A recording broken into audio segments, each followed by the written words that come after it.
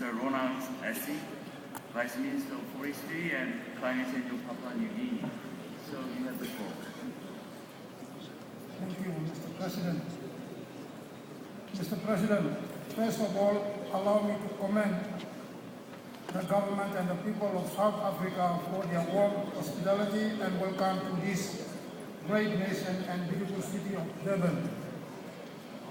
On the outset, let me assure you that Papua New Guinea is ready and determined to support and work closely with you during your presidency. Mr. President, climate change is a reality. It is a threat to our planet and can be managed with a clear and decisive response from all governments around the world. Climate change affects the lives of everybody. It affects economic development, local communities, rich and poor countries, and does not discriminate anyone. Small island states suffer the most adverse effects of climate change. Our population is confronted on a daily basis with the disasters caused by global warming. The effects of global warming are even evident with floods, cyclones, landslides, droughts, ice sheets, and even tsunamis. Papua New Guinea is home to the world's first climate change refugees, which are in the process of being relocated from their sinking islands. Mr. President, forest contributes substantially to the economic and sustainable life of the planet and helps hold in balance such natural disasters. Forests are one of the key answers to combat climate change. Papua New Guinea is determined to contribute collectively, slow, halt and reverse forest cover and carbon loss. In the context of the provisions of adequate and predictable support to developing countries, parties and in accordance with national circumstances, consistent with the ultimate objective of the Convention. Mr. President, Papua New Guinea has already assumed its part in this global fight, reducing emissions from deforestation and forest degradation, and the role of conservation, sustainable management of forest and enhancement of forest carbon stocks is a fundamental part of our effort as the meetings of Bali, Copenhagen, and Cancun have shown. Mr. President, Papua New Guinea is requesting a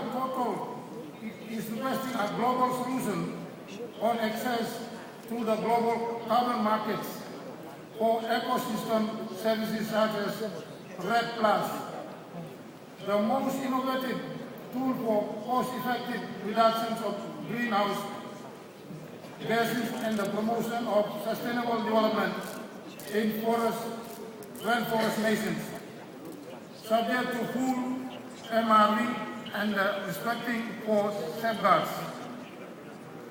Mr. President, here in Durban, we must agree on financing options for the full implementation of REDD+, results-based actions as mandated by the Cancun agreements. We share the views of many other parties that financial resources for REDD+ should come from the base sources and from a flexible combination of funds-based and market-based sources. A solution be found in the context of the AWG LCA, where we advocate for the adaptation of legally binding agreement, even a new protocol, as soon as possible, so that all parties can contribute to the fight against global warming in accordance with their responsibilities and capabilities.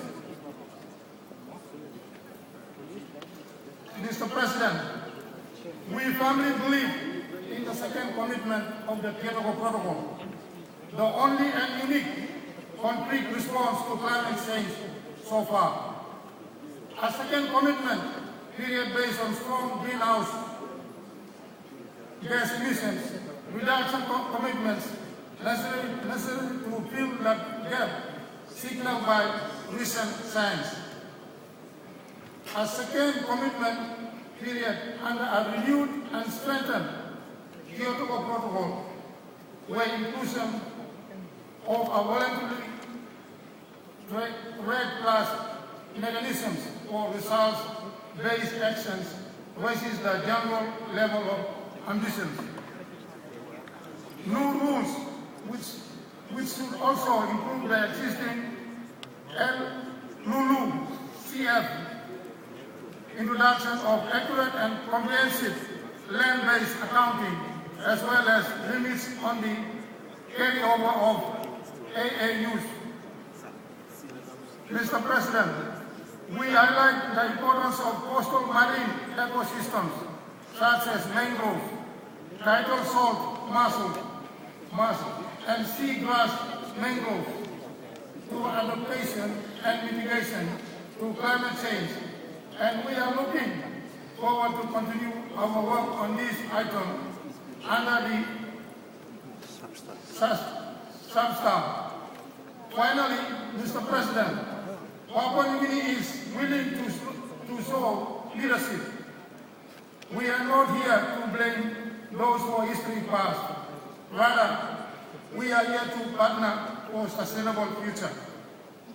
Papua New Guinea is willing to show leadership. Therefore, we have established an Office of Climate Change Development. We have adopted a draft climate compatible development plan with contemplated 50% reductions based on 2010 levels by 2030, subject to predictable, adequate, and sustained financial support that also undergoes MRV as will our actions. We have progressed the implementation of our climate compatible development plan. Our newly built coastal early warning system is successfully being tested during the Fukushima tsunami last early this year. We are in the process of planting 1 million additional mangroves to protect our coastal line. We are also working on a new climate change act to be considered by Parliament as we speak.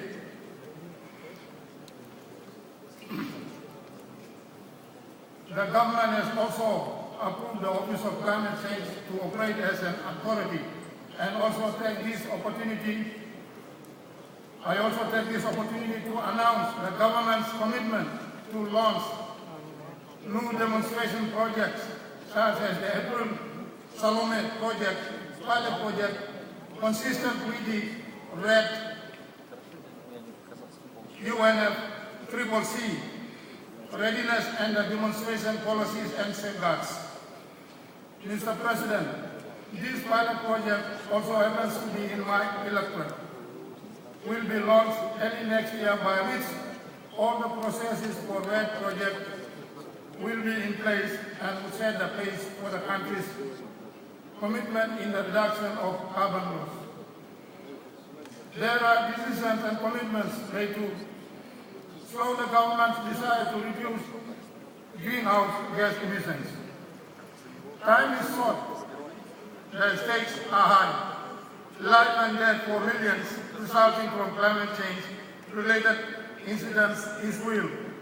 Therefore, Mr. President, Papua New Guinea urges all parties to continue working under your guidance with a spirit of compromise and cooperation, with a view to finalize successful outcome in Durban. I once again thank you, Mr. President, and your wonderful people of Durban for the hospitality during our stay here in Durban. Thank you.